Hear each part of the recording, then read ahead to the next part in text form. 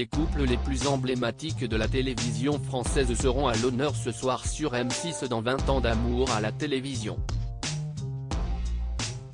L'occasion de se pencher sur la situation actuelle de Brandon, candidat inoubliable de l'île de la Tentation, notamment pour son couple à l'époque avec Diana Jones. Car depuis sa participation au programme en 2002, de l'eau a coulé sous les ponts. Beaucoup d'eau. Dans le documentaire de TFX Télé-Réalité, Que sont-ils devenus ? Diffusé le 7 février 2019, il révélait évoluer désormais loin des projecteurs et tenter, tant bien que mal, de subvenir à ses besoins et à ceux de sa famille.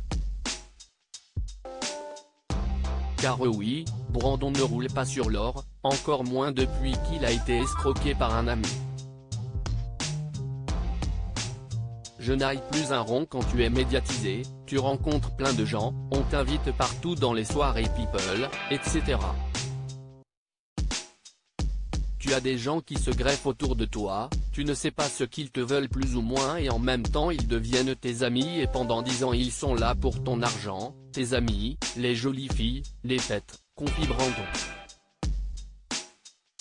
Et il y en a un en particulier qui m'a fait très mal, il m'a escroqué de 65 000 €. Il m'a volé toutes mes économies, je n'aille plus un rond, confiait-il. L'ancien ami de Brandon a été condamné par la justice après l'avoir arnaqué. Mais, insolvable, il ne pourra pas payer ses dettes, obligeant alors l'ex-candidat de télé-réalité de scène sortir à sa manière. Si est ce qu'il tente de faire puisqu'il révélait lors de cet entretien être serveur et maître d'hôtel. J'ai fait ma déclaration d'impôt 2018, j'étais à 2 000 € par mois.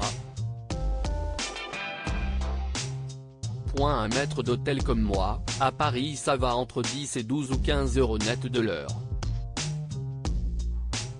Si est correct, mais ce n'est pas tout le temps, expliquait-il. Une situation qu'il n'imaginait sans doute pas vivre un jour lorsqu'il jouissait d'une notoriété grandissante à l'époque de son passage dans l'île de la Tentation, au début des années 2000.